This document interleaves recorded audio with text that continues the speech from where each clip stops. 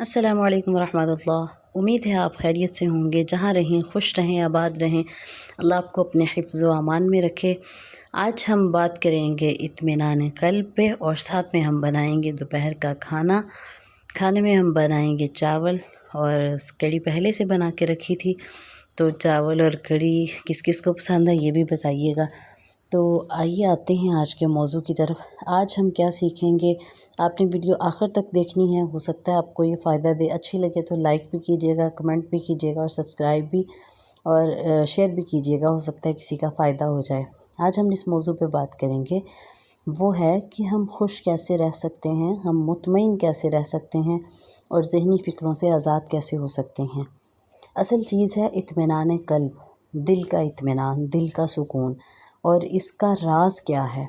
ہمیں لگتا ہے کہ ہم مال سے، شہرت سے، پیسے سے، اپنی خواہشوں کو پورا کرنے سے اطمینان حاصل کر لیں گے، دل کا سکون حاصل کر لیں گے، تو ہماری ذہنی الجھنیں، فکریں بڑھ جاتی ہیں۔ ان چیزوں سے ہمارا ڈپریشن مزید بعض اوقات بڑھ جاتا ہے۔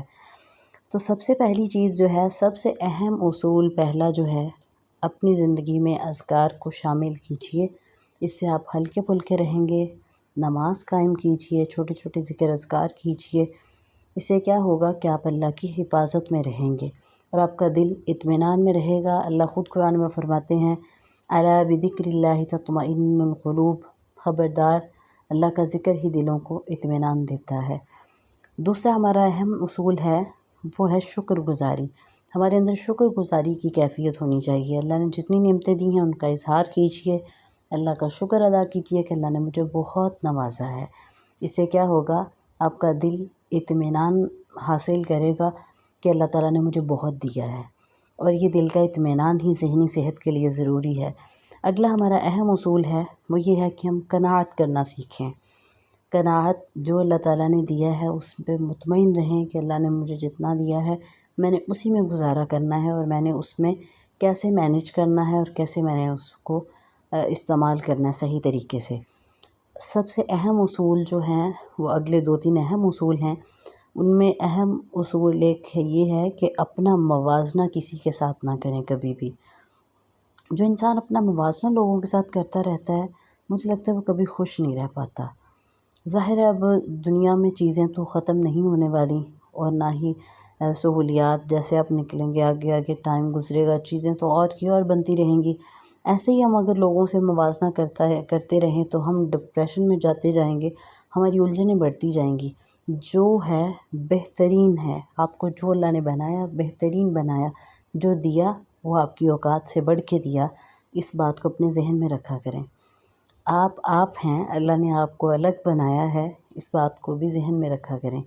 اور اگلا ہمارا اہم اصول یہ ہے کہ اللہ پہ بھروسہ رکھیں کہ اللہ ہی کرتے ہیں، اور میں مانگوں گی وہ مجھے دینے پہ قادر ہے۔